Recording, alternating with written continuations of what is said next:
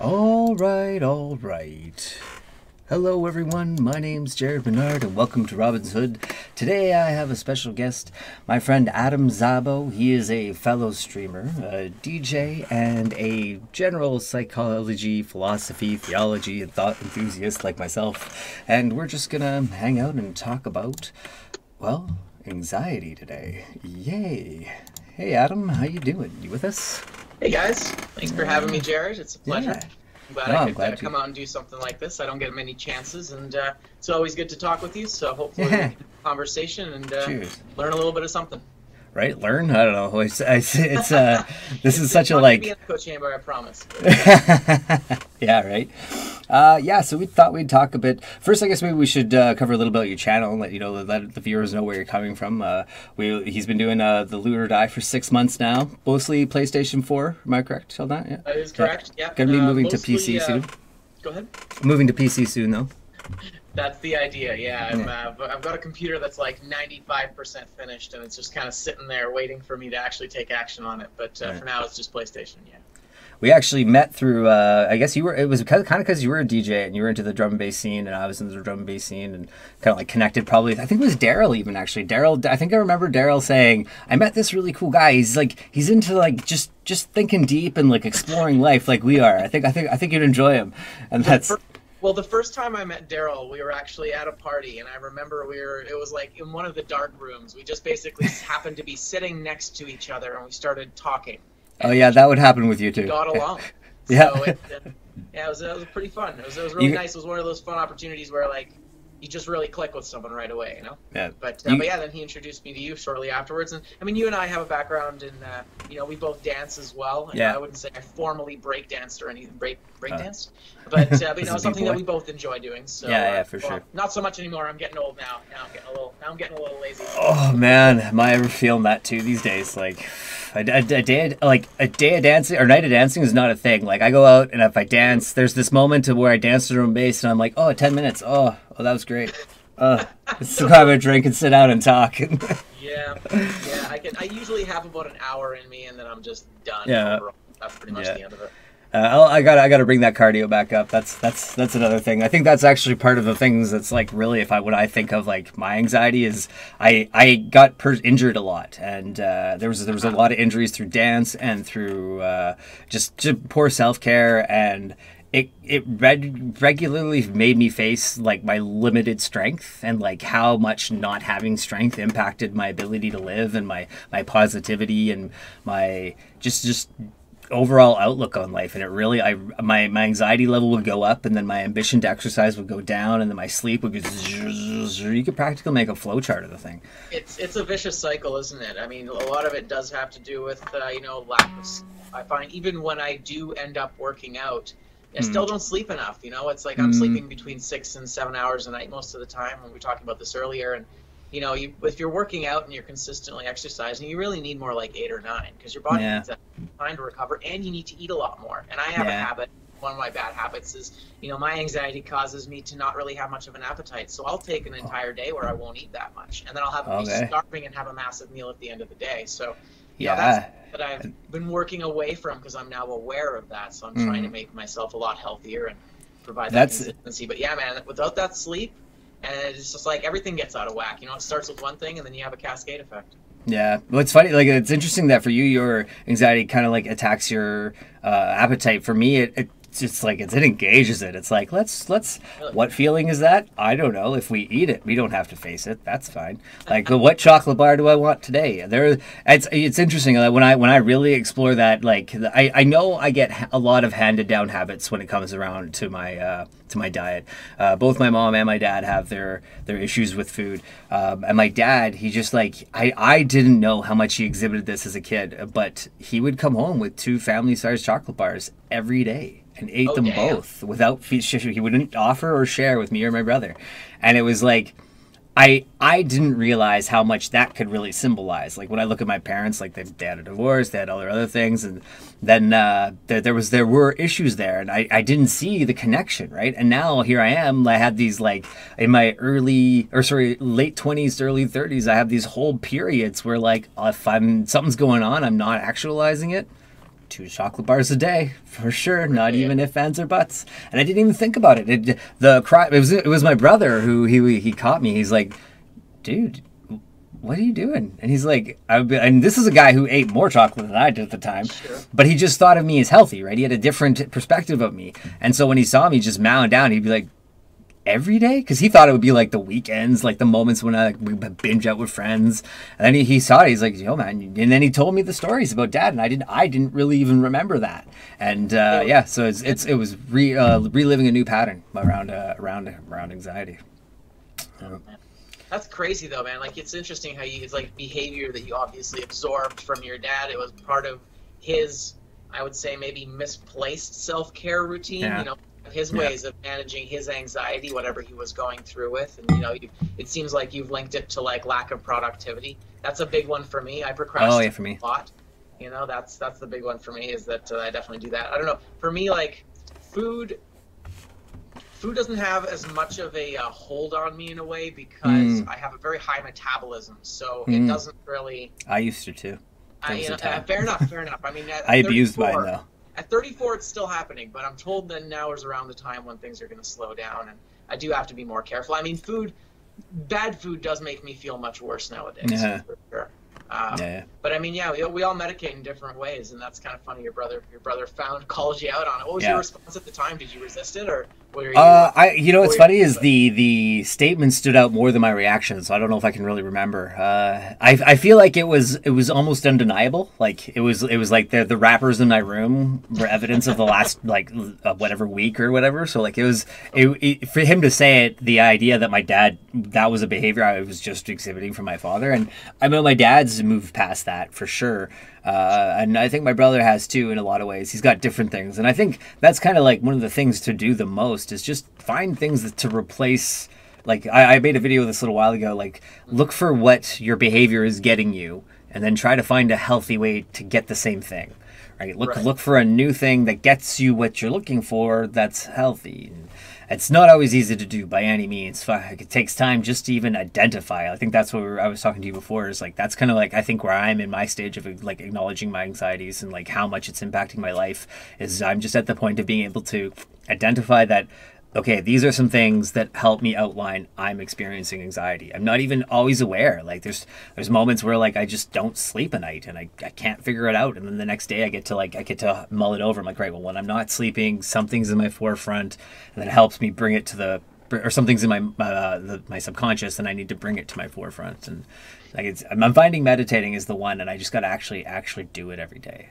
Oh, meditation, man. That's one of the ones that I've always struggled with. I think for one of my issues, and high decibel point, by the way. Yeah, thank you for acknowledging. Hey, buddy, how you doing, man? Yeah, absolutely. But oh damn, I lost my train of thought there. What were you just talking about? I think I was talking about how my anxiety had, or how I was in the state of just identifying my anxiety.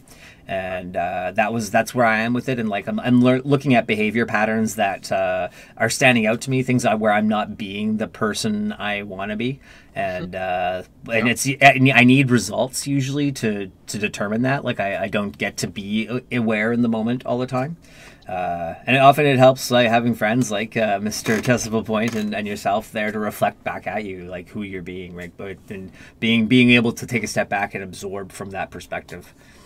Well, you know, and as we get older, you know, a lot of the time we know what we need to do. We know that we should be eating better. We know we should be exercising. We know we should probably stretch daily. That actually brings me back to what you were saying earlier. You were talking about meditation, and like for meditation, myself specifically, I have a very nervous kind of energy. I have a lot of movement inside me, and I really want to be able to doing things all the time. So even if I'm playing video games, it's often like pretty intense ones, so that it kind of like captures my attention, right? Yeah, same. But meditation is really about like just being in that moment, regardless of what it is, and kind of allowing things to flow through you. And it's something that I definitely struggle with, but I would definitely say, based on what a lot of other people have told me, meditation is probably a good idea. Mindfulness practice in general. And I think a lot of things actually have meditative practices built in. If you think about it, like gardening would be one that I definitely really enjoy. It's a very calming exercise. And you know, a lot of these things do have, like, even just stretching is kind of like meditating. It has that, it can have that same sort of like centering quality to it that can be really valuable. So yeah, really identifying which types of mindfulness practice are the best. I think just finding one is the best. And I think for some people, even it's like, you know, things like sports. Honestly, I think that's where a lot of I think it's one of the things, even though I don't necessarily like it myself, I think it's one of the things about, say, golf, for example. It requires concentration and focus, and, you know, like there's meditation kind of built into that, if you want. I'm sorry to laugh. I've always thought of golf as kind of playing fetch with yourself. Like you hit the ball and you go get it. So it just made me laugh. I'm sorry. I've had that joke in my head since I was like 20. No, it's good, and it's also that. And I mean, I say this is someone that doesn't really like golf very much. I find it to be a lot of walking around. I want there to be more action. But, I think you're hitting on something that this is something I've heard said in different communities, is that anything that heavily engages your prefrontal cortex allows for the rest of the mind to have like subconscious just flow. So like even just vacuuming, right? You have to be paying attention enough to what you're doing that you can't totally derail, but you can still kind of have this background conversation that your mind flows through. And when I'm in my most like poetic states and I'm actually like really writing, it's when I'm cleaning something, when I'm doing something random. It's probably why I actually don't get any poetic moments lately. You should be cleaning more. Yeah, it's just like the everyday tasks, and the more I am doing them, those kind of parts of my mind just sort of speak up. And so it's a similar thing when you meditate. You're just actively engaging that part of the brain and allowing the rest of it to flow through. Right? It's a different way of doing it. It's kind of like a backdoor angle. No, absolutely. So I've heard. Well, and you know, you mentioned you touched briefly on just kind of how we try and manage that anxiety. And you know, for me, a lot of it, I've had a difficult time kind of putting a lot of habits into play. I am very habit based. I do have a number of them. You and I were talking a little earlier. I may as well bring this up now, that you know, one of the things that has helped with my anxiety a lot has been structuring my life a lot better. You were talking about that. Yeah, you know, for me, like over the last, I'd say like year and a half, I've developed a calendar system that I can pretty much add to every single day all the time. And I was using Google Calendar before, but even though it's accessible everywhere, for some reason, not being able to like look at it at a glance was kind of didn't really work that well for me. So it's almost not tactile, you know, like it doesn't, exactly. You can't feel it. Exactly. And I think that made a big difference for me, just as far as managing some of my anxiety, was like worrying about what's going to happen next. You know, am I forgetting anything? What kind of commitments do I have? And of course, I've gotten more and more and more commitments as I've gotten older. And, you know, I have kids now. And with a full-time job, this is a little different than what I was doing before. I was doing a lot of part-time stuff. I was in film for a little while, which was like really intense amounts of work, but then time off in between. And it was always challenging to get consistent work. So having some consistent things in my life helped make the calendar easy because it provided a skeleton for it. But yeah, just being able to build a routine around my life has really helped a lot with my anxiety, that's for sure. Yeah, for those of you watching now, I feel like this is going to be a reoccurring thing in my life because I absolutely need to do this. So you'll probably hear me referencing Adam, or hopefully Adam will come back on and we'll talk about this more too, because I think I'd very much like to build something similar. I've kind of gotten to the point now where it feels like, I think I was telling you earlier, like 5 p.m. I can dedicate to being here and present with you guys and having these conversations, or having a talk at 5 p.m. every day. That's my goal. And then after that, I move on to my game and review. And I know I can dedicate to that, but like my sleep has been so tumultuous for like, God, it's been almost 2 years, maybe a little longer. And it's actually longer. I connect my lack of sleep to an emotional situation that happened about 2 years ago, and I as much as that is true, like I feel the truth of that. There was a prior pattern before that, and that I think they're piggybacking off of each other, and I've never been good at keeping a solid system. When I worked for the school board, my sleep was always terrible. I always felt awful because I'd come in and these kids would be like, they'd be so excited to see me, and I'd be like, just quieter, for like 2 hours. Like, it just felt like such a sham, you know? I mean, I always got the job done and I was always there for them on a level, but I knew I could do better. And I couldn't find that in me at that place. Sure. And so that's the next thing. And I think right here, like, even though I loved working with kids, the system kind of like broke down my eagerness to be there. And because there was a period where that wasn't the case, but now I have this, and this means kind of the world to me right now. And I'd really love to see Robin's Hood prosper and to see if it helps somebody, like if somebody out there gains from it, you know? Well, you know, it's funny too, like we were talking about the whole like structuring and scheduling of stuff. And as you say, like you have your schedule with Robin's Hood. And that's how it started with me as well. Like when I really started taking the calendar thing seriously, when I started streaming, and that was, I think, my first official day as the current channel was on May 18th of this year. So it's been about 6 months. And, you know, at the time I decided I was going to do 2 days a week. It was Monday and Friday. And very quickly it became apparent that was too much time in between and that I should do something a little consistent. And around that time, I had a couple other friends as well, yourself included, who were talking about doing this stuff and being able to commit more time to it. And it really made me realize that I needed to be able to commit more of my time. But the point is that once it became a necessity, once I kind of threw my hat over the fence and decided this is what I'm going to do, you know, it just became super easy. And plus, it helped prop up this schedule, this calendar that I've been using for the last little while. And just being able to put all that in there, like I showed you earlier, like my October's full, man. I have maybe like 3 days that I'm not doing stuff. And it feels good. It feels really good not having to worry about what's going to happen next. And I can really focus on the 10-15% that I really want to. And, you know, most other times, you know, people ask me if I have time to do something, and I can confidently say no because I have another commitment. I think in the past, a lot of my anxiety was because I didn't really have anything going on. I wasn't really moving towards my goals. You know, like nowadays I get home, it's like, okay, so now I know I want to shower as soon as I get home. Then I stretch. Or, you know, maybe I stretch before I shower. The point is I stretch, I shower, I work out, I eat food, I clean the house, I look after my plants, I maintain my home. You know, all these things are just part of my everyday right now. And those things really help prop up this a quality of life that I didn't really have before. With all that said, like I feel like we've had conversations that justify me saying this, but like there are still extenuating circumstances in the world that are creating intense anxieties right now. Like I don't know, like they're like even when we're doing our best self-care to like create a space for it to like we're still not okay, and like that's what do we do? Who do you have people you lean on? Is that like do you personally have a thing you do now when what's going on gets to you?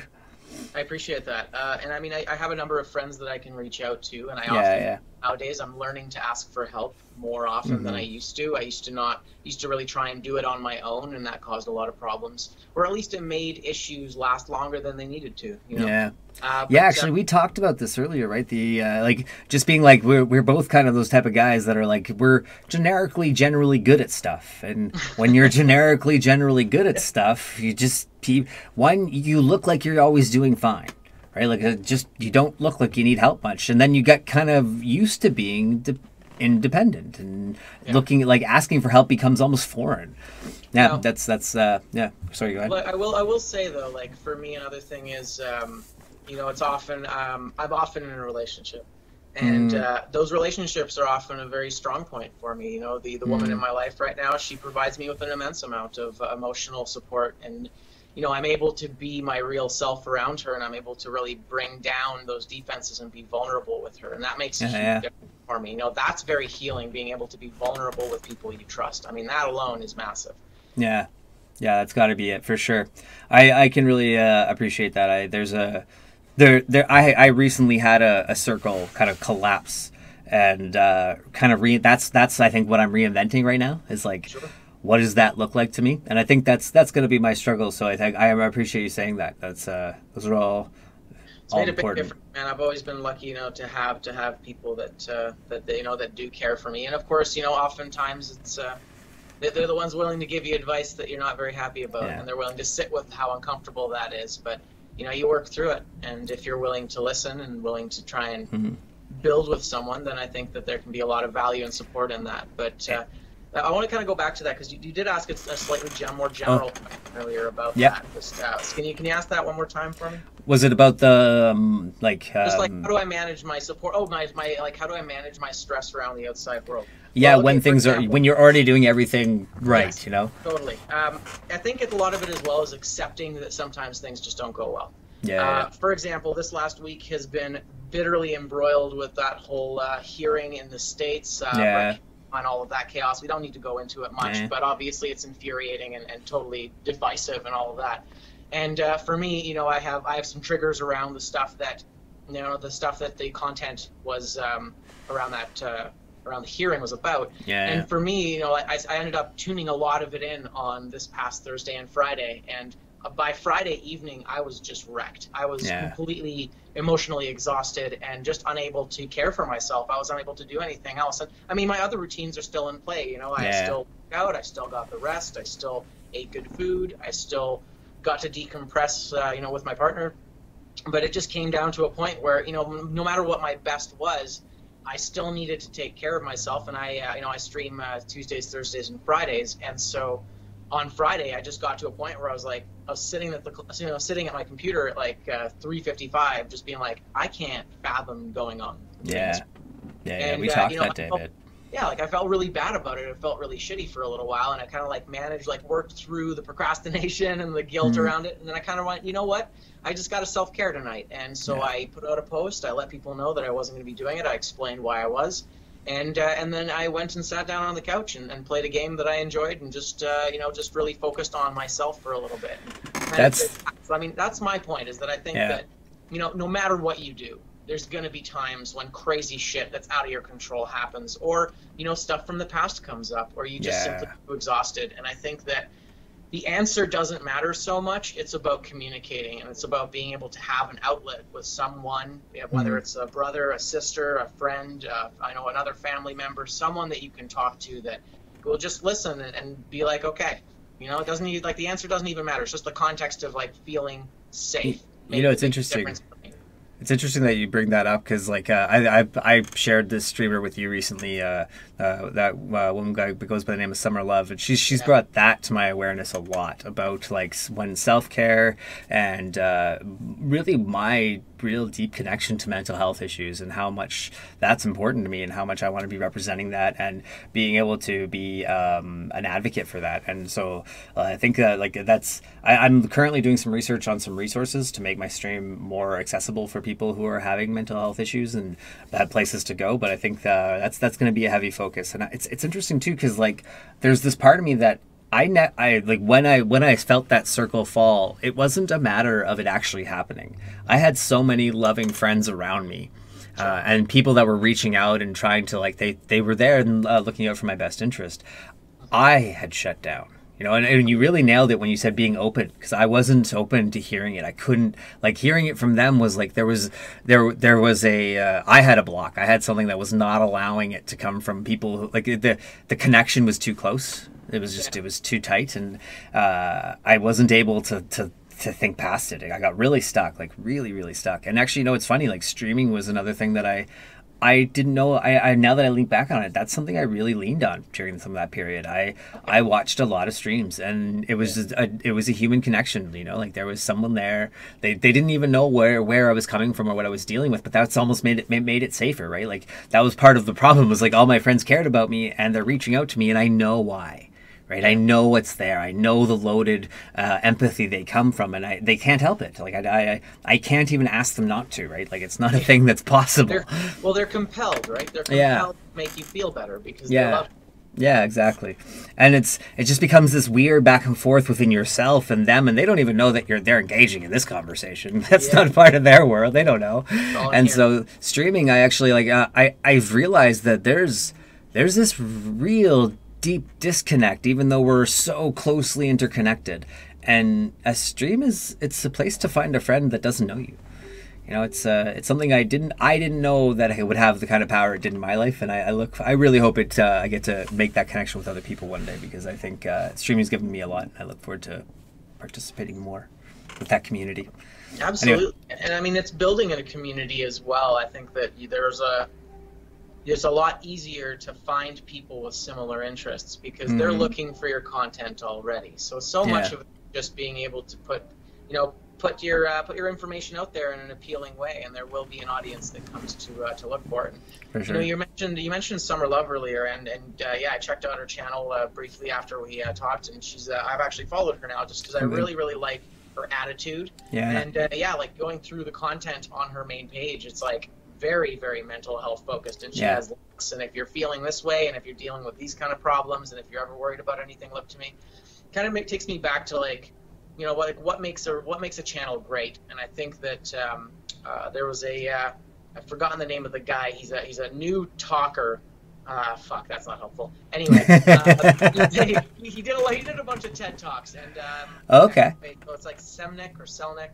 Something Selnick, Tom Selnick. Anyway, that's not right. I was thinking of Tom Selleck. But anyway, the point is that this guy was talking about. He was just talking about like what's the difference between an amazing idea and and one that doesn't go so far. And it's it's basically the great companies or great ideas start with the why, and then they go to the how, and then they go to the what. And what I mean by that, for her channel is based around mental health. Why is she doing it? Because she wants people to.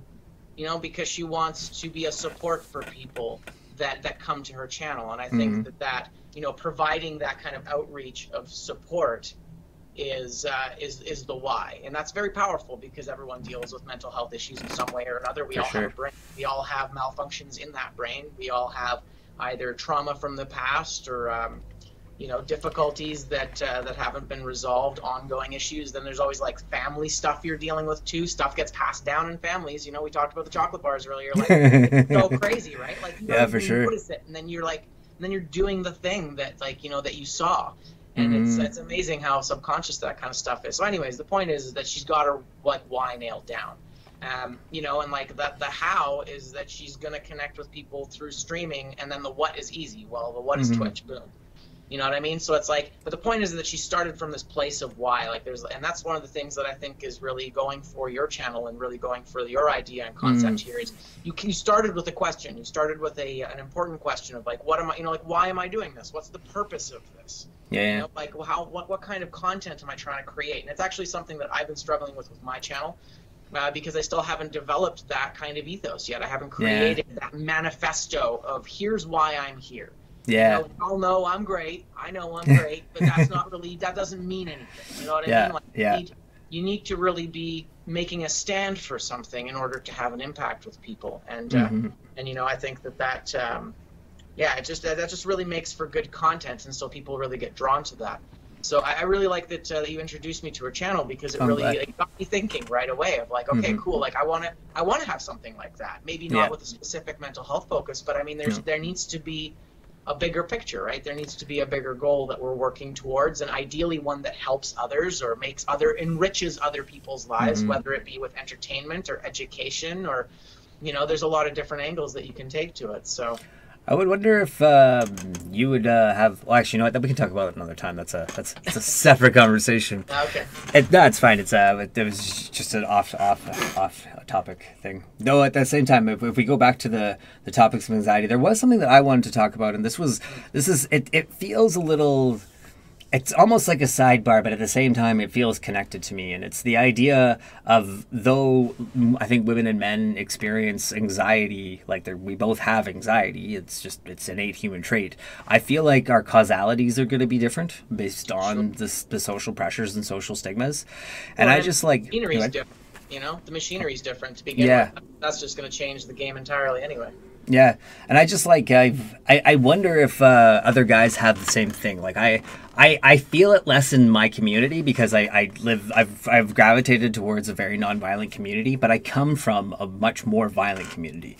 I grew up in a small town called Ladner where fights were every weekend. Guys were getting drunk and beating each other up all the time. It was common practice, and I was never of that mentality. The idea of harming myself for like drunken purpose, like it didn't compute, and I didn't get in touch with my anger to get into like martial arts and stuff until I was much older. But there was this, I don't know how to explain it. It was almost like this pressure about being more of a man. and that it was always this. It was this anxiety I felt about like my security around being manly or being strong, being able. And I think that actually even played into like my poor self care as I got older. Like when I talked about how I got injured so often, there may have just been times where I just like I got so used to like you can just you'll sleep it off, you'll be fine, don't worry, it won't be a big deal. If you can't move, it's not a problem, right? And then lo and behold, somewhere around 32, I was reaching out for a jug of milk. Yeah, I was getting it was a jug of almond milk, and I reach out and I grab it and I got it in my hand, and once I pick it up, my hand starts shaking and my whole muscle like just lets go. It's like I had no function in my arm, and it lasted for a little while, and it was curious because I had never had anything happen like that, and it was at a time in my life when I wasn't super entertained, so it was really interesting to me. I had never experienced anything. I didn't go to the doctor because it was almost funny. I would try to have a cup of tea and it'd be like, I can't do it. And I enjoyed some of it, but I also wonder if I just wouldn't let myself go there because I still have knots in my back from all that. I haven't been to a doctor. I haven't checked it out.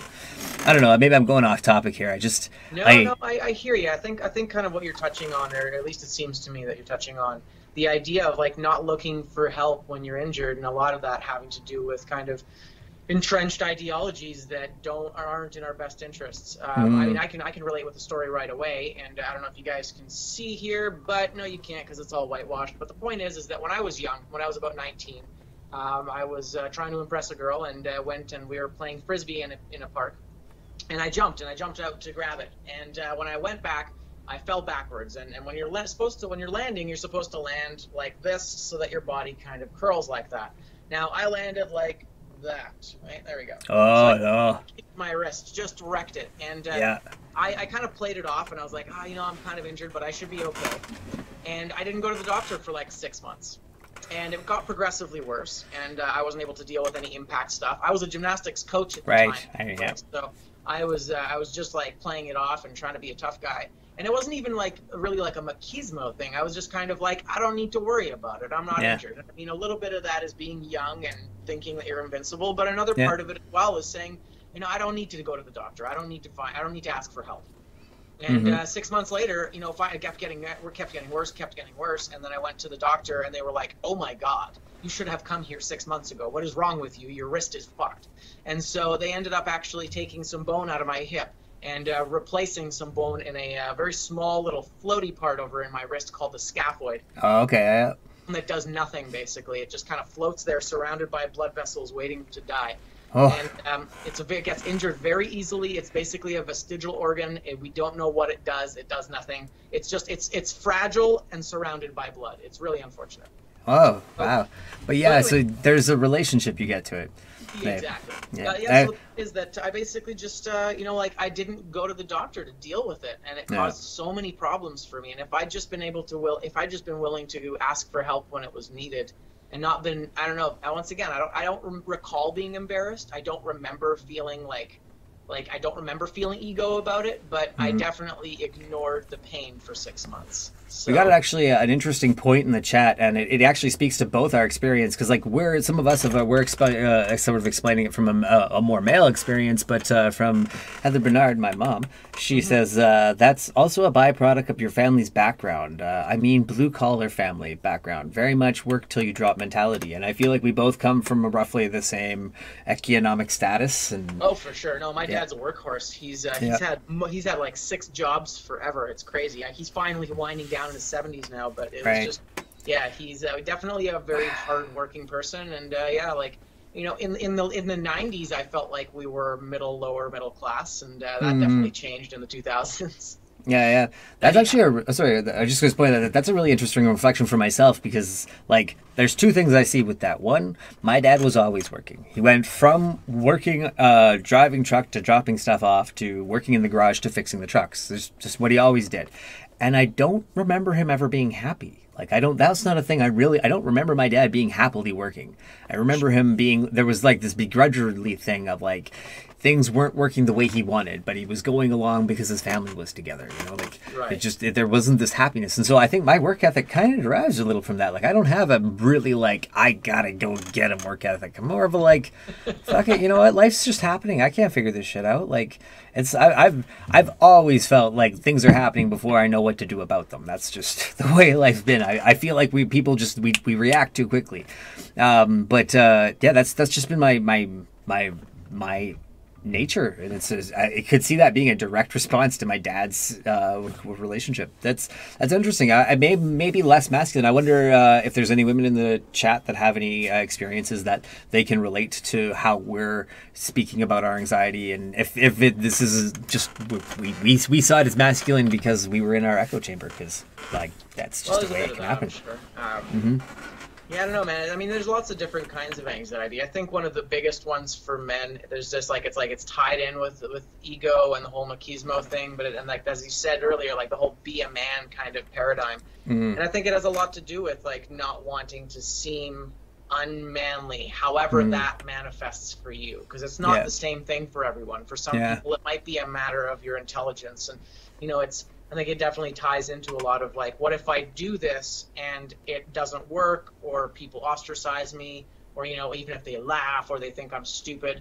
That's really insidious, because it seems so kind of silly. You're like, what do you mean? You're an adult. Don't worry about it. People aren't going to laugh at you. Who cares? But those kind of fears, they don't really seem to go away. I think the people that have managed to really overcome those, they just kind of push through it anyway, right? You just go, well, whatever. People are going to laugh. It's kind of what we're doing here today. I mean, I don't have experience with this. I'm sure I'm floundering. But, you know, the point is it's like you just kind of go for it anyway. But it doesn't mean there isn't like a voice in the back of my head right now being like, man, you're sure are fucking this up right now. It's, you know, that anxiety doesn't is kind feel of like it to me. Present. Well, it doesn't go away. But I think it doesn't need to be a deal breaker either. I think that by pushing through it, you kind of prove to yourself. It's like that, you know, what was this? What was it? There's a saying where it's like, you know, courage is only courage in the face of fear. There's no such thing as like courage in a vacuum. It doesn't exist. You basically are courageous in the face of challenges, in the face of things that are scary. So without those scary things, without being pulled out of your comfort zone, you don't have an opportunity to be courageous. It doesn't happen. Yeah, and for sure. I think that, you know, that you can overcome some of that anxiety, but it's also, you know, those butterflies in your stomach never really go away anyway. Yeah. I think I have a long-standing one, and this is one of my social anxieties. There's this inner fear of like, I always want to stand on the side of compassion. That's something I want to be it's what I'd like to be doing the most, what I'd like to be promoting the most. And in society, there are times when being an ally means putting yourself in physical danger. And it's not necessary, but it's more implied than it is true, if that makes sense. Sure. Like, there's this part of you that, like, I don't know if you've ever been in one of these scenarios, but like out with a bunch of people, and a bunch of people are out, and you're the only guy with a group of like 2 or 3 girls. And a group of guys starts hitting on those girls, and it starts going sideways. In fact, actually, I can't believe this. This is actually, there's a story of an ex of mine when I was like 22, and she had her arm broken. And so what happened was these guys were trying to hit on a girl that was in our group, and I was the only guy within, I don't know, there were security guards at least like 40, 50 feet away, but we were kind of like out in the parking lot after a show, and they were hitting on one of my girlfriend's friends, and she wasn't having it. She turned him down, and by the second time she turned him down, I was like, hey man, like she's had enough. Let's call it. She's clearly not interested. No harm, no foul. Let's move on. Yeah. And so he starts getting lippy at me, starts yelling at me, and they start like circling me. It's me, and like I couldn't even tell you how many there were. I no idea. And I just have a background in some of these martial arts and things, and so like I was able to keep myself out of physical harm. People were trying to punch me, things were coming at me. I was literally like running circles. I was on top of a car at one point. I really don't totally remember what happened. I just remember it ending when a guy went to hit me, and it's just a basic hip toss. I threw him over me, and he landed on my partner at the time, and she broke her forearm. And that was it. Like, we heard her scream, everybody stopped, and like this is almost like a poor example, because like I was the one in physical danger, but she's the one that got hurt. But like it's just an example of the situation. Like if one of those guys had got me for even 5 seconds, it would have been a very different story.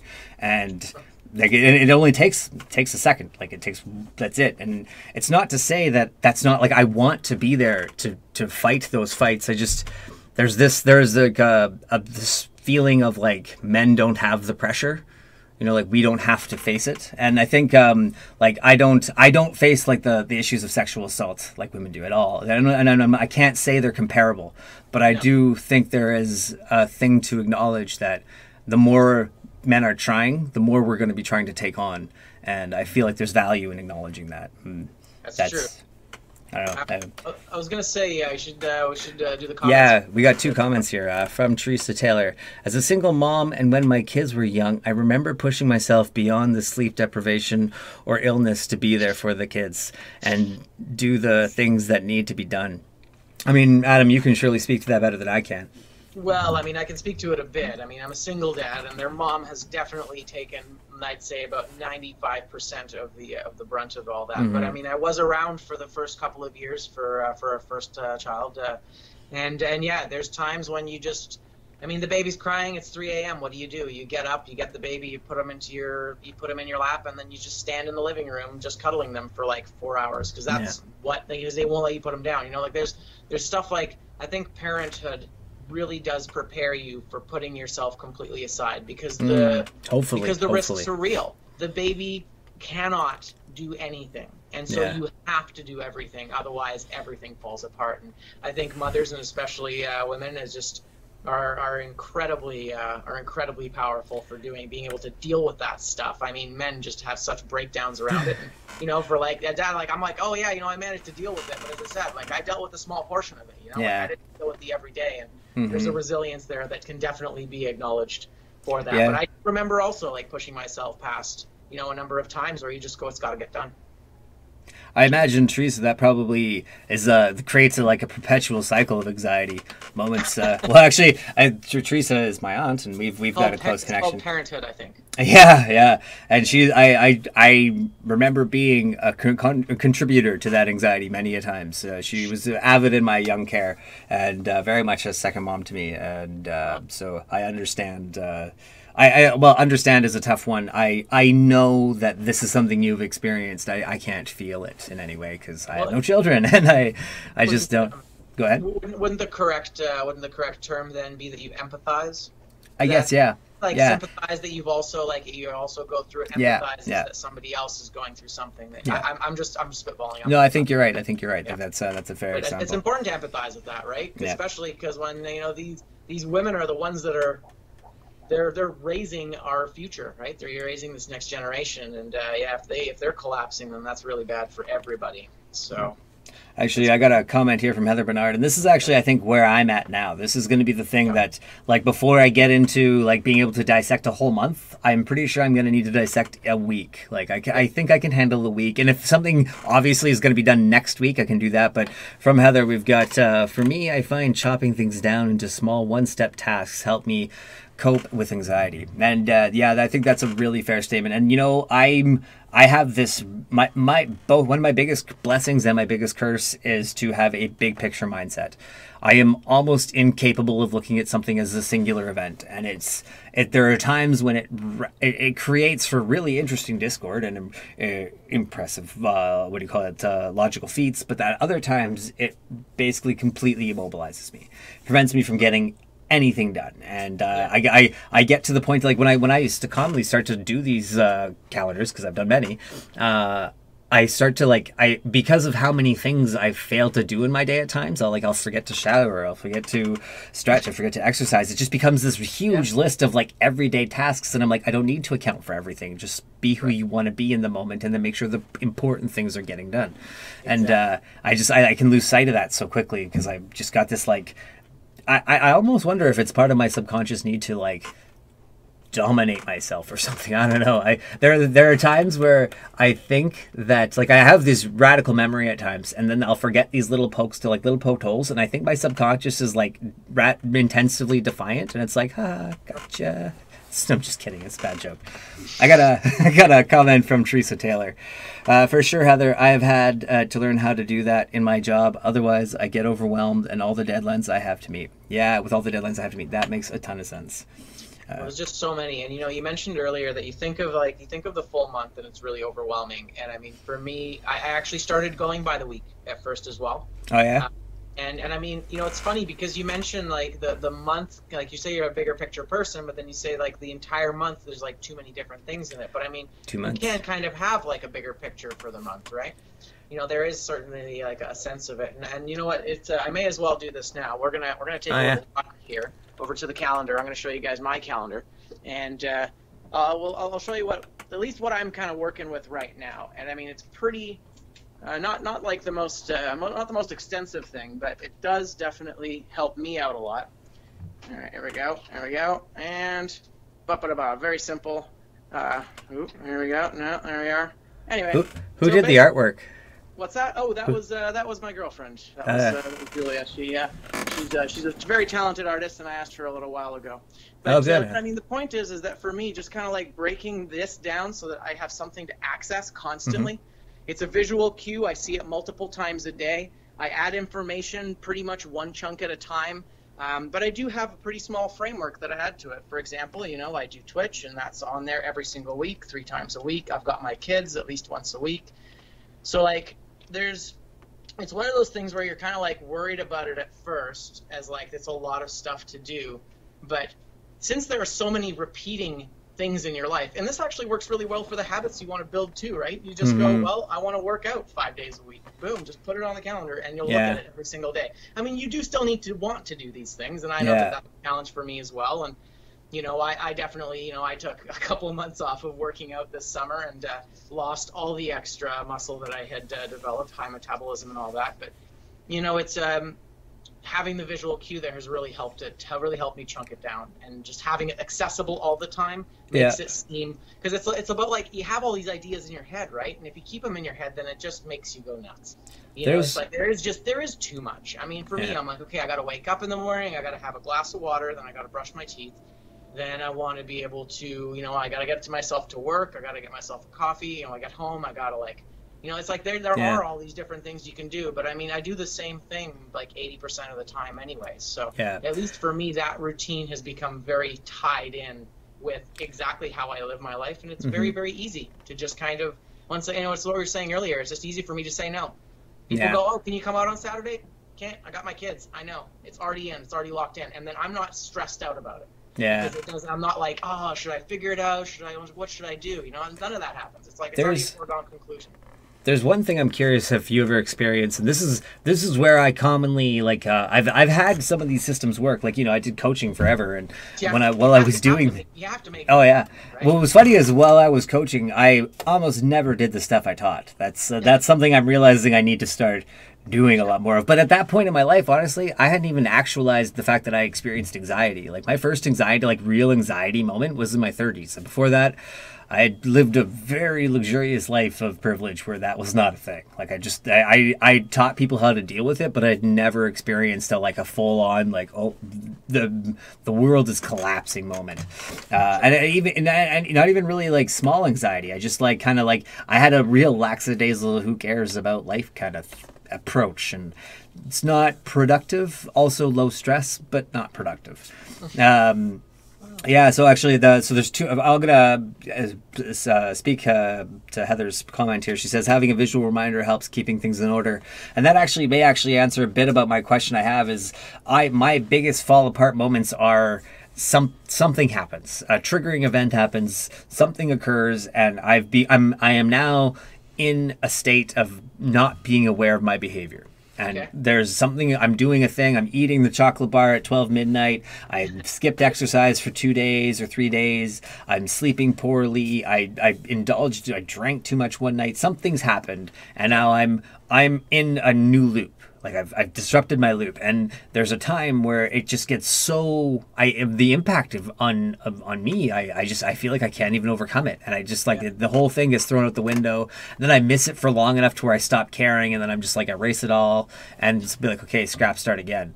And that's been my most common pattern around trying to develop a pattern. Sure.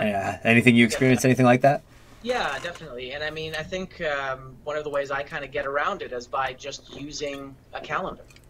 And what I mean by that is, like, it doesn't matter if I erase everything on that calendar. If I need to start from scratch and do it all over again, the framework doesn't go away. And that's the biggest part about it, is there has to be something about it that is consistent.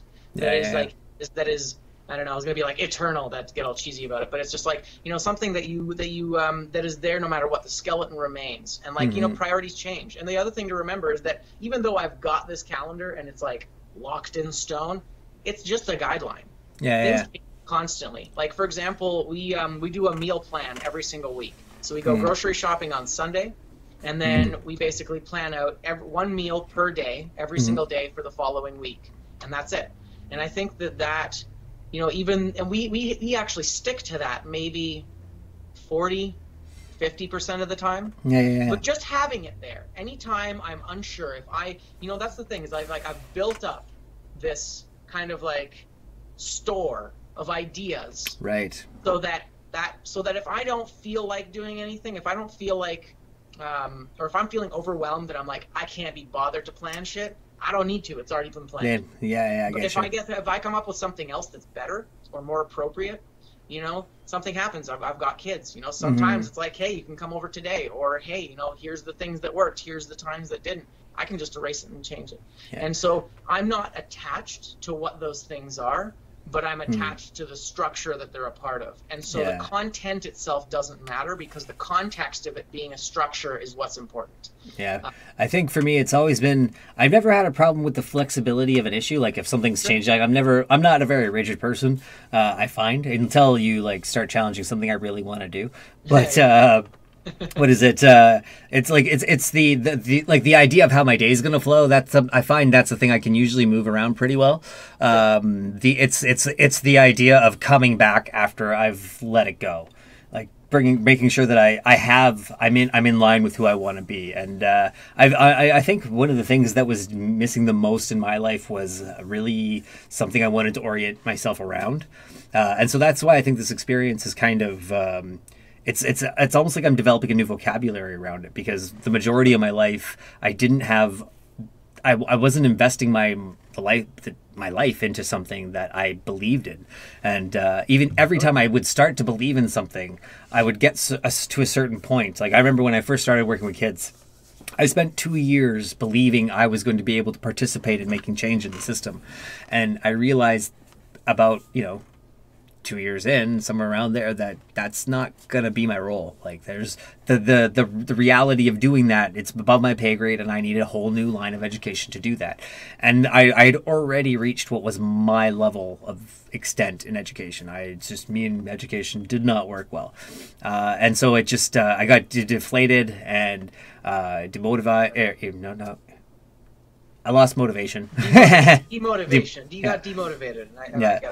And so, like you're touching on like it almost sounds like expectations. It's like expectations and disappointment, isn't it? Like you have these very ideas, but because the habit's not in set, when inevitably you fail, and you will, it's not your fault. We always let ourselves down. We always don't, we eventually don't follow through on things, and that happens. And it's just knowing that you're going to have these lapses that occur, and not being so hard on yourself because you're not doing it for a little while doesn't mean that you're not ever going to be that, or that you're not that. You know what I mean? It's like, oh, like I didn't do it for 2 weeks, for example. Like working out is a big one for me.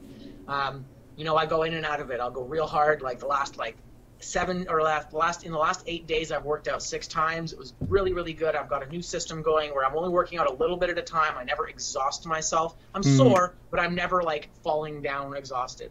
And the goal is to do a lot. So that's my current iteration. I didn't work out consistently for like 4 or 5 months before this, and the last time I tried, it only worked for a couple of weeks, and so on.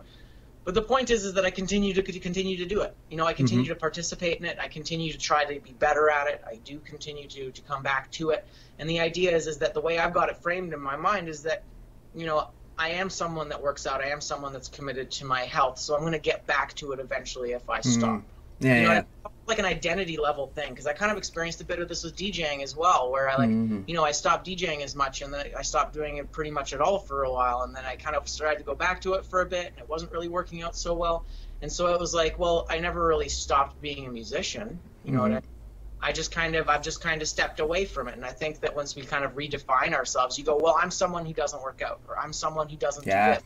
You've told yourself a story and framed it in a way where it's really easy to not do that thing. Yeah. Because now, It's almost obviously, easier than starting to do it.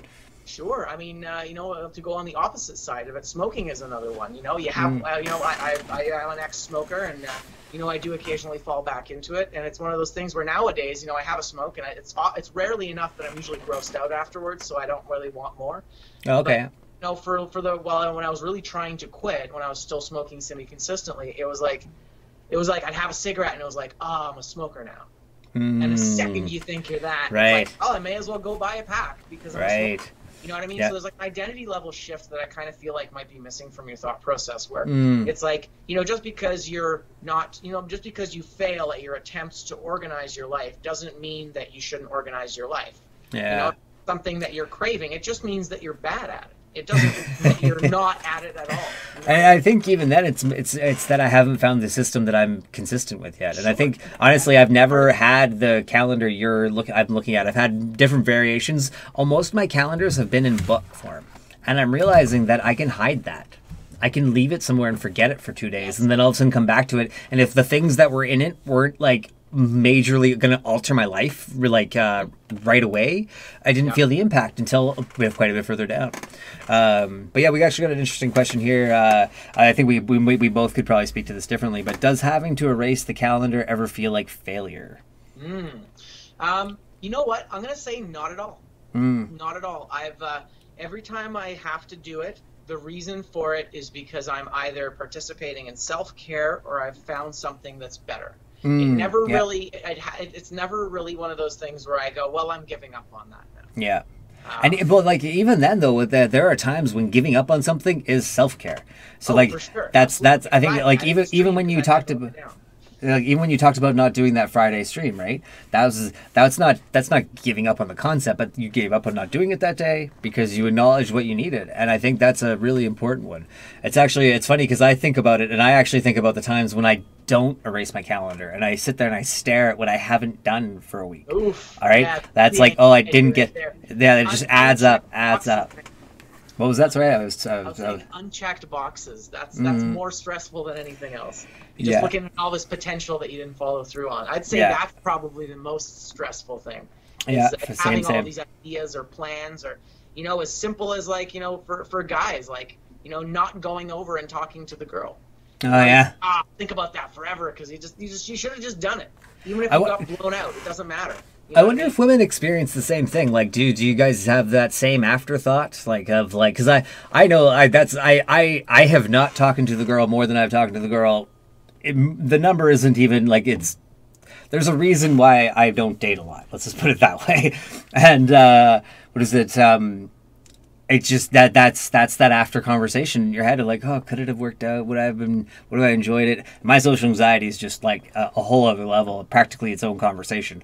And so, yeah, I wonder if that's a similar thing for women. If like because like the still social stigma for women, I think, is different about like not asking a guy out, right? Like, or not going up and talking to the guy. It's less so. I wonder if they feel it differently.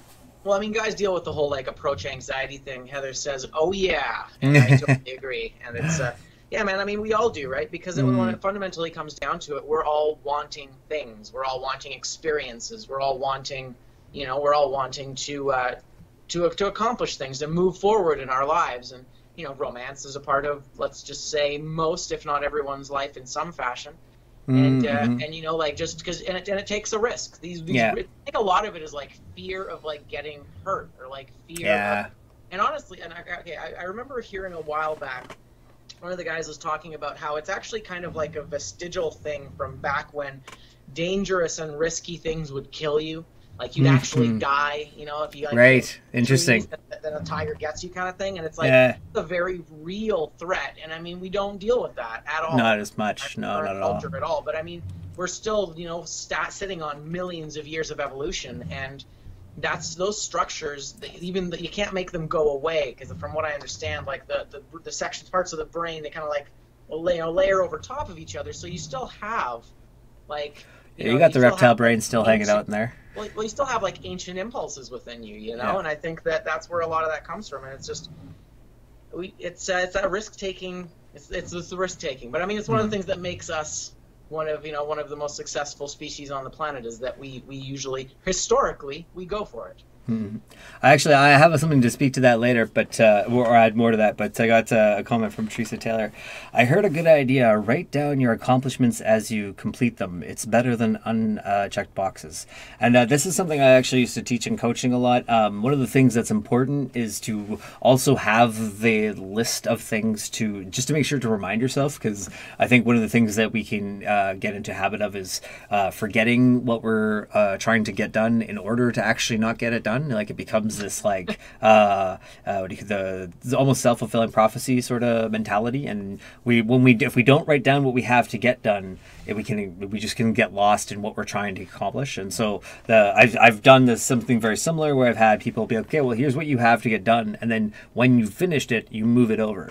All right, so you move the task to the "this is accomplished" box, and then you breaking things down day by day. I can't. It's so annoying how much I've taught about this and how little I have practiced. It's surprisingly hard to implement, isn't it? And I mean, it's one of those things where we don't like being bad at stuff. It's like I want to be good at stuff, and like that. And most people just don't get past. Not even most people, because that's like a judgment call. I think most people, most of the time, don't get past that first step. Historically, a lot of people kind of, like, for example, streaming is one of them. I remember when I was doing a lot of research on streaming at first, and they were saying that typically people quit within the first 3 months. Wow, really? That's the line. Yeah.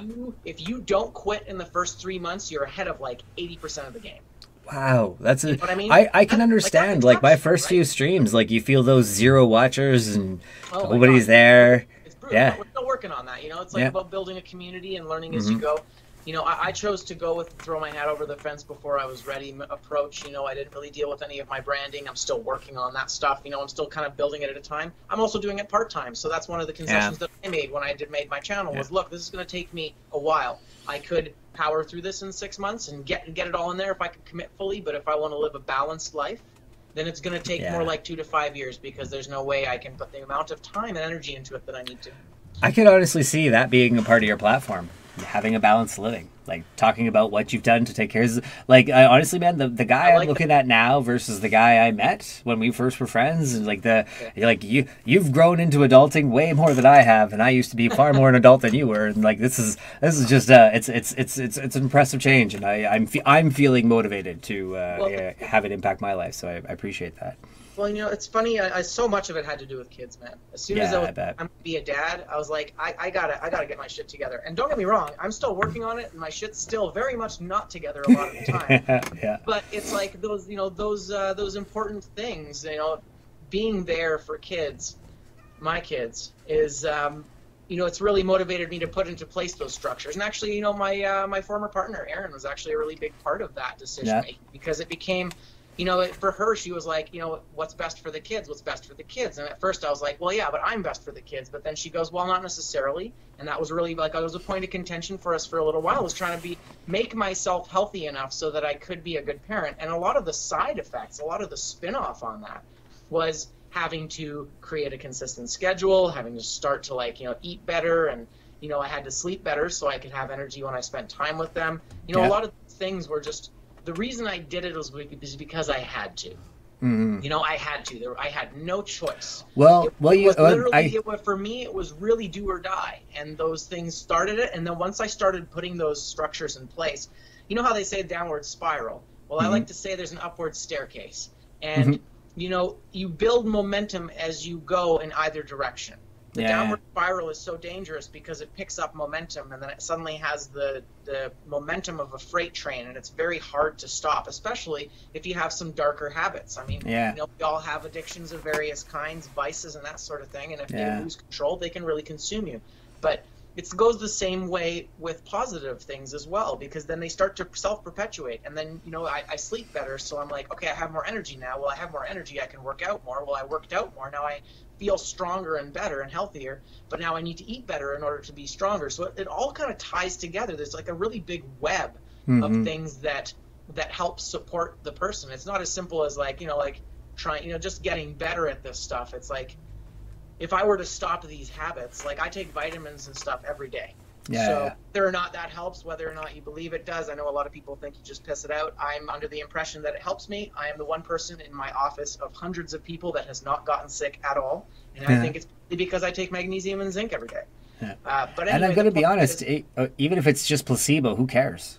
Sure, exactly. Even if it is, I literally don't care. What's up? I said I would literally not care if it was placebo or not. If you are feeling an effect, that's positive. Well, it impacts me, and it really speaks to that whole idea of the placebo, where it's like if your frame of mind changes, your behavior changes also.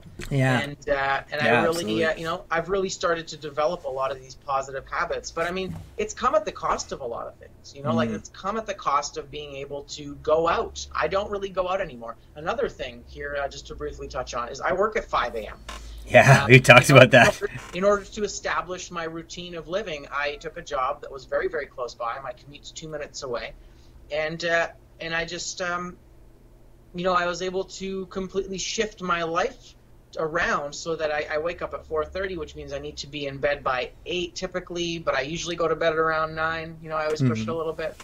But that made it impossible for me to go out and party.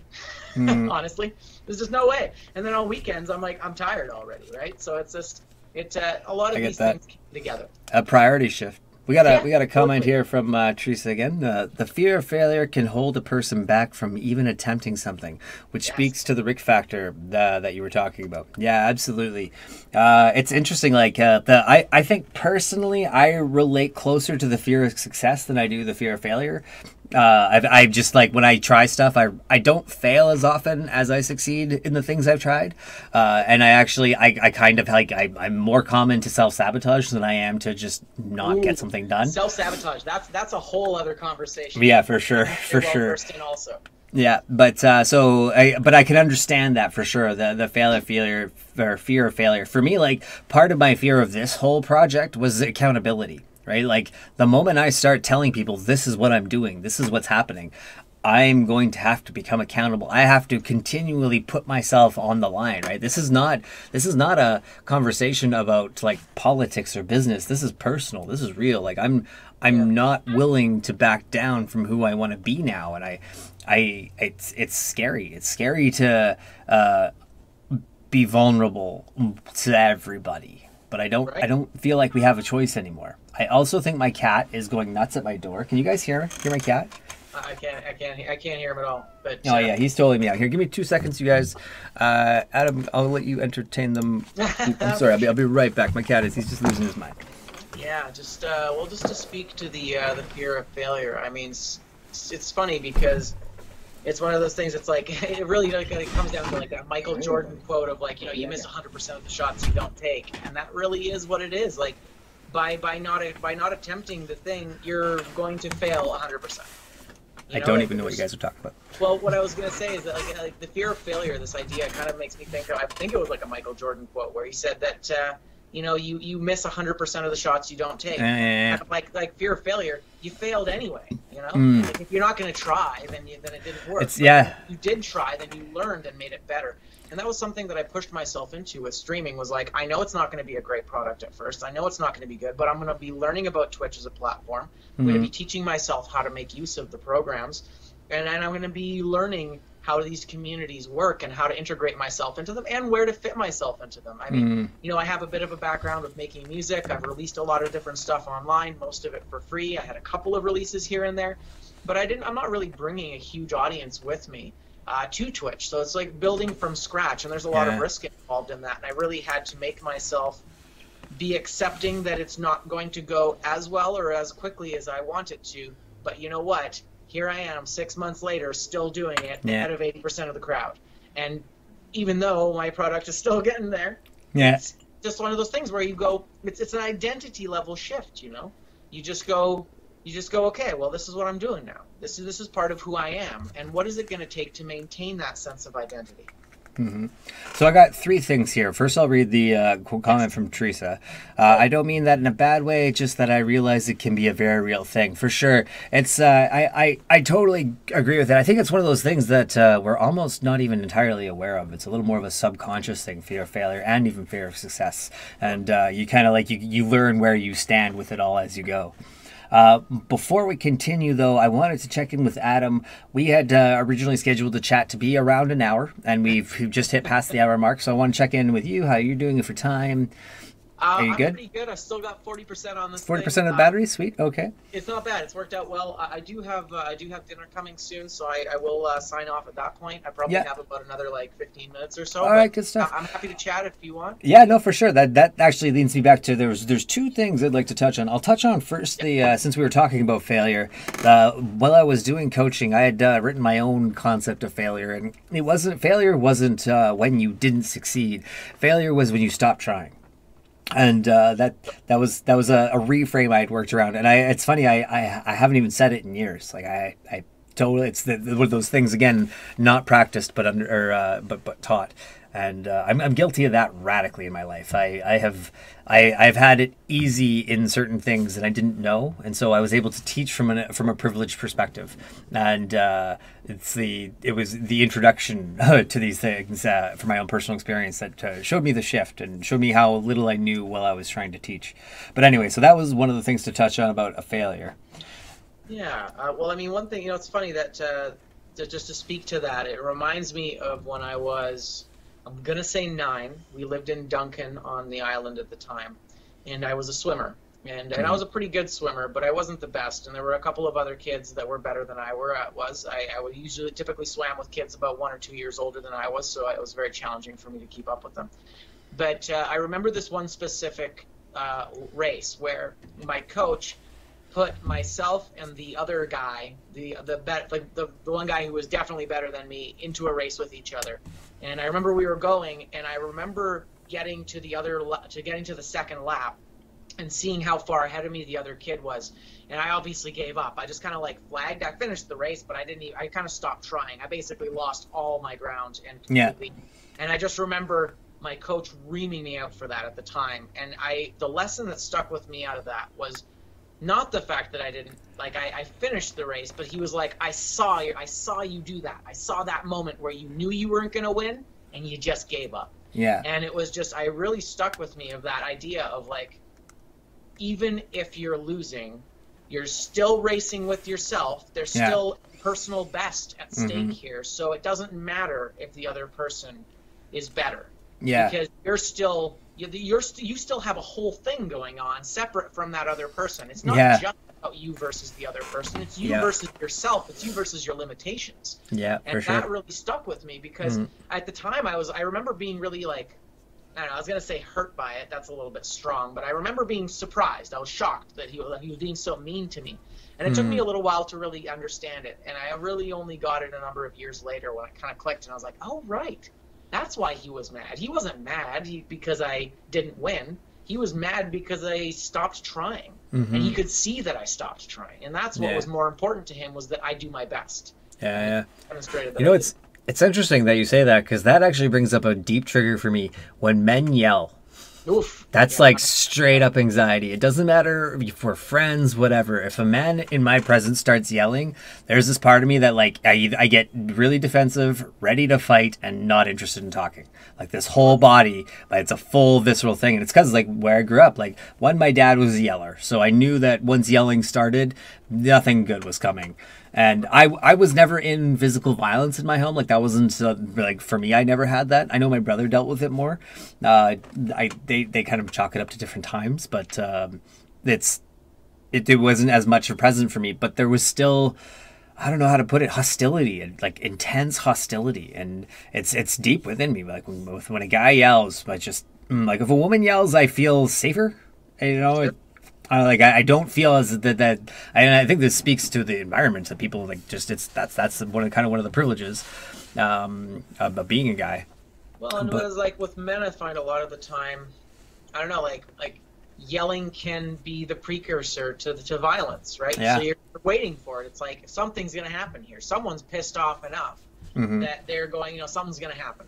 Yeah. And, as you say, like, you may have gotten that from your dad or just even male figures when you were younger. And, like, my dad was pretty aggressive for the most part. It was a lot of, we didn't really ever have many confrontations. I think we had, like, maybe 1 or 2 physical confrontations that were a little rough. But, I mean, other than that, it was always like a battle of the minds. So I can't really speak to being yelled at. Because that doesn't trigger too much for me personally. I mean, it's still scary. I'm a soft guy. I'm a sensitive person. So I definitely shy away from really like hyper aggressive or, like alpha behavior a lot of the time. Like I can be confident, but I don't like aggression a lot of the time, or I like it in certain contexts, right?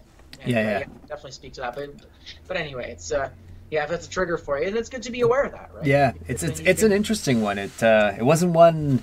It's one I've learned more through friends than I have through family, just because like I got more disconnected from my family, and as I get like closer with other friends who may have more tendencies to yell, I experience it again, and it's experiencing it in a safe environment, but then still brings up the trigger. So like I have that response system, and so it allows me to acknowledge. I'm going to be honest. I personally don't feel like it's not like it, I feel okay with responding that way. I feel like if I don't think it's a thing I need to change personally. I think if people are yelling, I want to be prepared. I don't want to think that yelling is a everyday thing. I never want that to be a part of my everyday life. And so that's a thing I think is it feels fairly animal, it feels fairly natural to when someone does that, like it's be ready, like you brace yourself. It's the indicator of fight or flight. Yeah, exactly. Historically speaking, I guess. Yeah. There's actually one other thing I wanted to bring up, and this is going pretty far back to when you were talking about your kids, and it just stood out to me, and you were pretty deep in talk, and I don't know if you noticed you said it, but you said I had no choice around your kids, and I think I'm gonna be honest, that to me speaks to your character, because in the reality of it is you did, and this is again one of those privileges that men face that I don't know that women do as much, and I think the fact that you looked at it even that way, like that it wasn't a choice, and that this was it's when people say that, when we see things as not a choice, it's really everything else is worse. That's what we're saying. All the other choices look awful to me, and this is the only thing. This is the only way I create resolution now. This is the only way I can create positivity. I knew immediately that in order to maintain my personal identity as a good man, I needed to adapt to that upcoming challenge. And I knew that for me, if I walked away, that I would never forgive myself. And I knew that it was just like, this is happening now. I have to adapt. Yeah. And so when I say there's no choice, you're right. It is like kind of like a subtle way of saying it, because as you're saying, obviously there is a choice. There's always a choice. Yeah.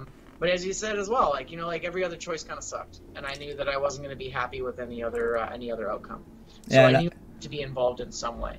And I also partially see a value in the idea of, instead of they're looking at it as there was no choice, you actually you chose family, right? Yeah. You chose your kids, and you chose to participate in their life, and I just that's a touchier subject for me because of my own relationship with my father. So honestly, man, I think that's one of those things I don't think you'll ever regret. So and that's exactly it. That's kind of the conclusion I came to, is it's going to be a lot harder. But it's that, once again, it's that whole fear of failure thing, right? Is like, I could have walked away. And I mean, we lived together when I found out. We talked about that a little bit. Yeah, I remember that. I went into a hole. I don't know if our viewers are familiar with a game called Fallout New Vegas, but I played that game from start to finish. It took me 2 weeks, and I barely left the house. So I kind of fell into a black hole with that. And I mean, that's not a like response to anxiety, right? Like for myself, it was one of my releases has always been video games. It's always been RPGs and that kind of stuff. So I was able to just fall into something that made me feel okay. It was like a substitute for me feeling okay. You know what I mean? Like at the time, I'm so not okay right now that I need something that I know will make me feel okay, so that I can get back to making rational decisions, because I was very much in shock after learning and trying to process, and also trying to process like, who am I going to become here, and what is that going to look like, and how much effort is it going to take, and am I doing the right thing? And there's a lot of like this like morality stuff that's unique to each person. You kind of have to work through what's right to you, and consider the other consider the fallout. So no pun intended.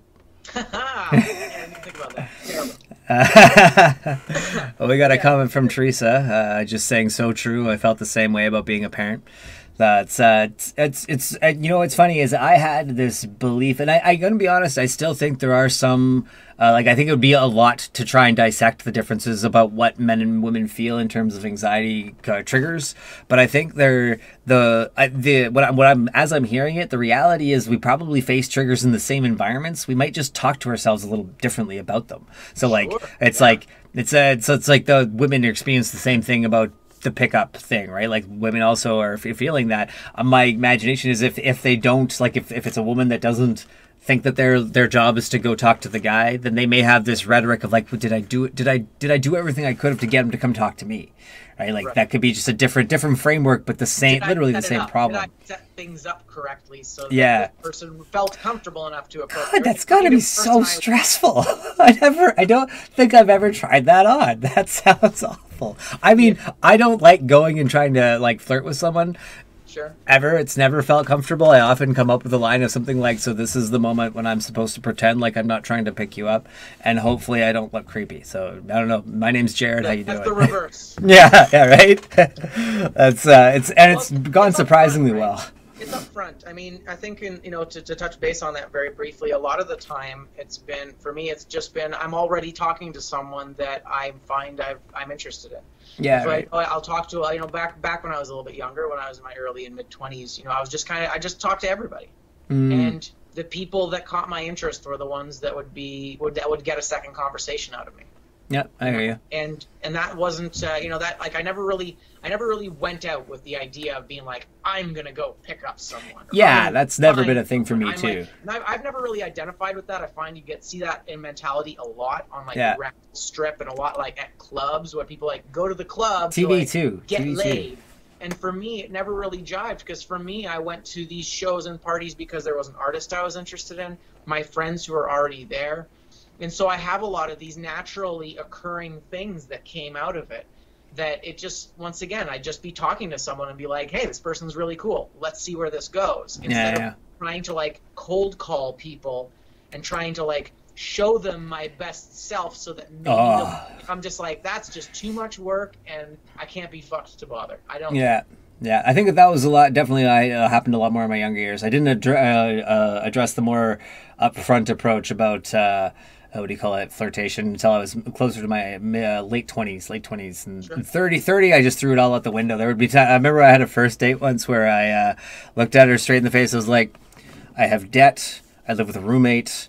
I guess I'm pre-pattern balding. I have anxieties around being out with people. Like, it just laid me out hard. And she was like, we dated for like about a month. And that was not the breaker.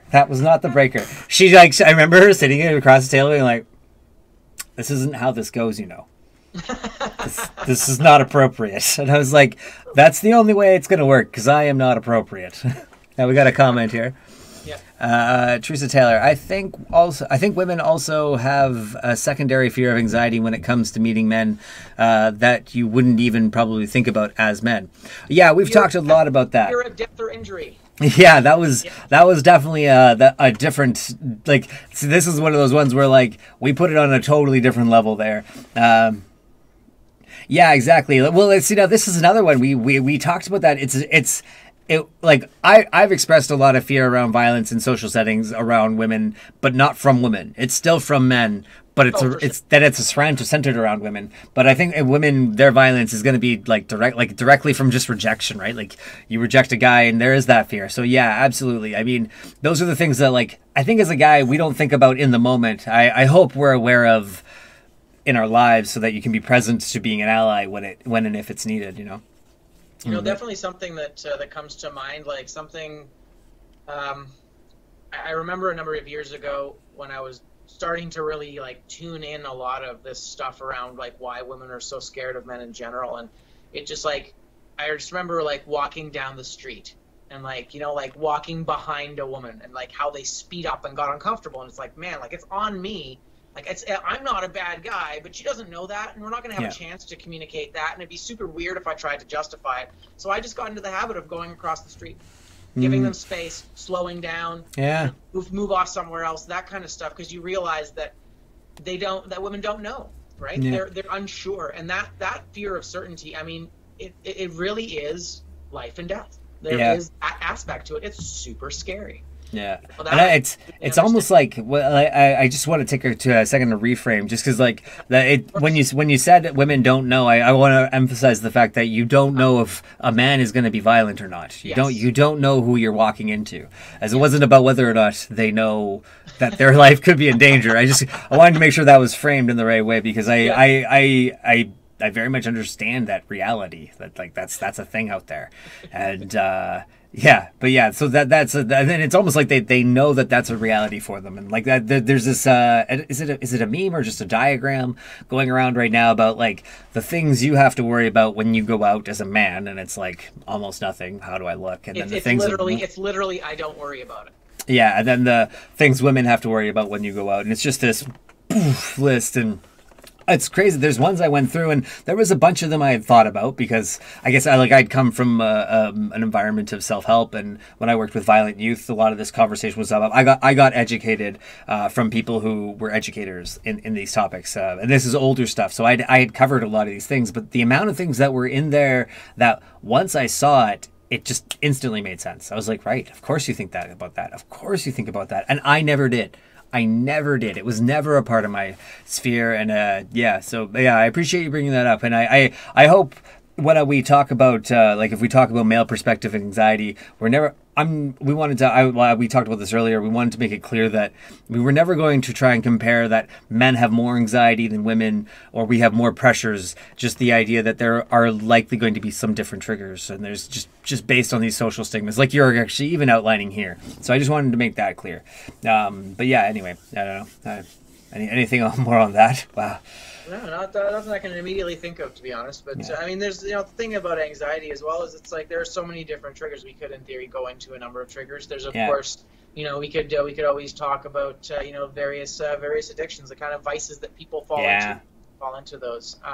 And obviously, I mean, solutions. A lot of what I've said today here has been about the solutions that I've created. And actually, it's funny, we addressed every single solution that I had written down, which is only a small list. But I mean, for me, it was the calendar and consistency has helped manage my anxiety a lot. Self-care and prioritizing self-care. Not just being I take care of myself, but saying that nothing else is more important than this. Yeah. And if something compromises that, it's not right for me.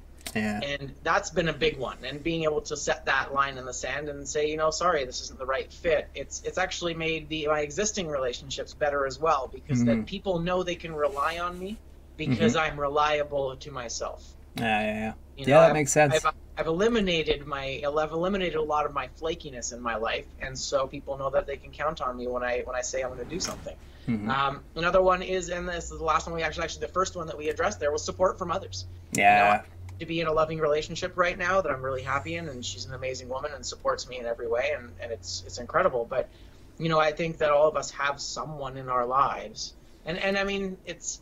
The only challenge here would be like, if you don't have anybody, what do you do? That's something that I have a hard time answering for, because I've always had at least 2 or 3 people in my life that I could lean to, that I also feel safe enough to lean to, so that I've never felt that isolated. I have felt isolation, but I've often had an outlet. And so that would be a real trick for someone who doesn't have those kind of support systems, or potentially, as you mentioned yourself when you're kind of dealing with stuff a few years ago, where it's like you kind of realize you're like, oh wait, I don't have the skill set for this. Yeah. I don't know what to do, and that's the challenge. And I think from there, a lot of it comes down to a desire to self-develop, reading books, gain knowledge. As they say, if you want to be loved, be lovable. You have to work on yourself. You have to have a genuine desire to make yourself better in order to be able to connect with people better. And, not everybody starts with, and that would be my privilege, I guess, is that I've been lucky enough to have, the emotional support of a number of people my whole life. And that's something that I definitely take for granted. I go, well, why don't you just talk to this person who you love? And some people are like, dude, I don't have anybody. That's a thing. So Yeah, I remember actually that was one of the moments that broke me when I was working in schools. It was close to my last year. I think it was my second to last year working in a school, and I was working like this was when I was particularly entrenched in working with violent youth, and I was working with it in a school where a young kid he was having a particularly intense violent outburst. It was worse than we had seen from him in months because he had been on this really positive track, and he had just had an issue with the family. Mom gave up custody, and that gave him back to gave him to the province, and so like he was officially up for adoption. Like, it was just really intense, hard crap, and Yeah. he just like at like the pinnacle of the outburst, like chairs are flying, like we have cops being called, and it's full on, and he just breaks down and starts crying, and he's like, nobody loves me. And I just like it's still like it tears me up right now thinking about it because Dude, it's like you can feel it right in here, man. That's and intense. he knew it. It wasn't Yeah. belief. He knew it. He was old enough to understand that everybody in his life had given up on him, and we were the closest thing. We were the closest thing, and we weren't allowed to hug him. You know, like we weren't allowed to do that kind of thing. And that was one of the moments I just I didn't come back after that. I can still feel it right now. Like, Yeah, it was that's intense. intense. Yeah. But that's the thing that I think like when I think about what I'm streaming for, like I love the games and I love the getting into game mentality and game stuff. But I think now that I'm thinking about it, that's it. Like there are people out there who don't have someone, and just getting some FaceTime with somebody and getting to know them and being able to be real with someone. I think that's I hope that becomes the platform I'm speaking from more often, I really and appreciate that. I mean, it's something I'm going to strive towards. I know there's going to be challenges. I'm going to face my own problems around it. And the one of the hardest things I think and this is one of my own fears, is that I have some of my own unhealthy issues. And Sure. if I'm willing, the more I expose myself to Hey, people by who, the way, I ate an entire bag of Twizzlers earlier today. It was disgusting, and I feel like a monster. So Yeah. don't worry about it. We all have things. Yeah. An entire bag, man. It was embarrassing. I hear you. Continue. But yeah, I just, well, you know what's funny? Actually, that kind of threw me out, but that's okay. It's okay. I think that no, it's totally fine. It's, just that point about having that's what I'd like my stream to be. And if you're finding yourself without people to talk to, I open up the floor at these places and at my Twitch stream. And if you're interested, come on by. You just need someone to connect with. Please feel free to jump into the chat, and hopefully Well, we can help each other out. what I would encourage you to do, because I think that that's amazing, and I think you should absolutely continue to do that. And that's something that I think that you're kind of advertising anyway by talking about things like this, by having people like myself come on and we talk about mental health and well-being and that kind of thing. And I think that you are creating a space for people to get that education. That's what I was saying earlier, right? It's like if you don't have the support systems, then you need to educate yourself. You need to like develop those skill sets. But you know what I mean is like you are a resource for that kind of learning. It's it's the education with the human connection built in. Mm-hmm. And I think that could be a really valuable direction to go in. And I think it's very valuable. I mean, there's so much pain in the world right now. There's so many hurt people, and the internet connects us all. You know, you're connected to every other culture in the world. You know, or maybe North Korea or something. But you know, everybody else is listening, and it's just one of those things where if you can provide that kind of support for people, then you don't know. You know, that was one of the few things, and I don't need to go too far into Landmark, but I mean, one of the things I really appreciated about Landmark was when they were talking about how you'll never know the impact you have. Yeah. Because the impact you have is more like a stone being thrown into a pond, and there's ripples that you'll never be aware of. You know, I occasionally, and I'll just kind of finish this thought on this, but like I occasionally still get notifications from a YouTube video, which was one of the first songs that I ever put up. It was a remix for an artist in Vancouver Island. It was a dubstep tune, and it's all pretty, and it was like early days, so my production wasn't great, but I really felt good about it, and I put it out there, and it ended up being one of my most popular tracks online ever. It has had tens of thousands of views, and it's one of those things where the actual comment section, you know, every now and then I have someone write something and just say, you know what, I heard this when I was like 12, and I listened to it on repeat, and it became like an anthem for me or whatever. Like it was there for me at a time that I needed something. And I've had this happen. A couple of people have done, here and there, from SoundCloud, from YouTube. So once again, it's not about me. It's not about how, me being like, oh, I'm great. But it's just like, I get that. No, I hear what you're saying. Feedback, right? I got the feedback from people who are genuinely impacted in a positive way. And I think that, like the one or two times that's happened to me, I'm sure that we've all done that many times. That time you smiled at someone on the street and it made their day. That time when somebody couldn't reach something in an aisle higher up, and you just go, oh, here you go, you help them out. And for them, that just saved them, that just saved them a ton of energy and time, that it made a difference. We don't know where we make the difference. So I think what you're doing is really worthwhile, and I think thanks, man. Right idea. I'd love to be a part of these in the future as well, because they're you'll be back good. on. I mean, we're both stream of consciousness thinkers, so we get a little distracted, but I think we'll get better at structuring this over time. I'm sure. Actually, hopefully you folks out there on the internet have enjoyed some of this. Yeah, for sure. I hope so too. Want more, and we'd love to chat about more stuff. I mean, we started with this, like, the idea of anxiety, male anxiety, but we kind of went all over the place. But that's gonna happen. I don't know. I feel like we're getting on a good rind. I'm gonna maybe read out the comments and then do the wrap. We got Heather Bernard. It's weird. Sometimes I'm just that person. It's my job as a bus driver. I'm the person they talk to. Yeah, I mean, we've talked about those stories, and I know that there's going to be a community that would find that as a resource. So well, I'm sure they're thankful to you for the times you've got the energy for that. And then for Teresa Taylor, not unlike being a big sister, right there, Heather. Well, now you know their connection. I feel like siblings are, they're there for you if you got good ones, or if you've been good to each other. Well, that's it, right? It's that family. Family is not. It's not a given. It often starts out that way, but it becomes earned, right? It becomes about who you actually spend time, who you invest in, whatever that looks like. That becomes the true family. Yeah. Anyway, I think we're probably coming up to a good wrap here. I've had a really great time, man. Thanks a lot for coming on the show. I look forward to having you back on in the future. We'll talk more about the calendar. I'm going to probably start darker up my own, and you guys will reap the benefits, I hope. We'll show you how it's going for me in progress over time. But yeah, any closing thoughts there, Adam? Yeah, well, I mean, thanks for having me, first off, and thanks for watching. I appreciate you guys with your feedback, and thanks for being in the chat room there. That was excellent. So it was nice to see more of Jared's family, because we've known each other for a while, and it's good. It's nice to see where he comes from. But no, well, thanks for having me. Thanks for chatting with me about this stuff. I really like this kind of conversation. We can pretty much just riff on any sort of idea, and obviously we'll have to, as I said, we'll develop the structure a little bit more. But the point is, we threw our hat over the fence. We had our first conversation, and that's what matters, because now we kind of know how this works, right? This will be easier to reproduce next time. Yeah, I had a really good time.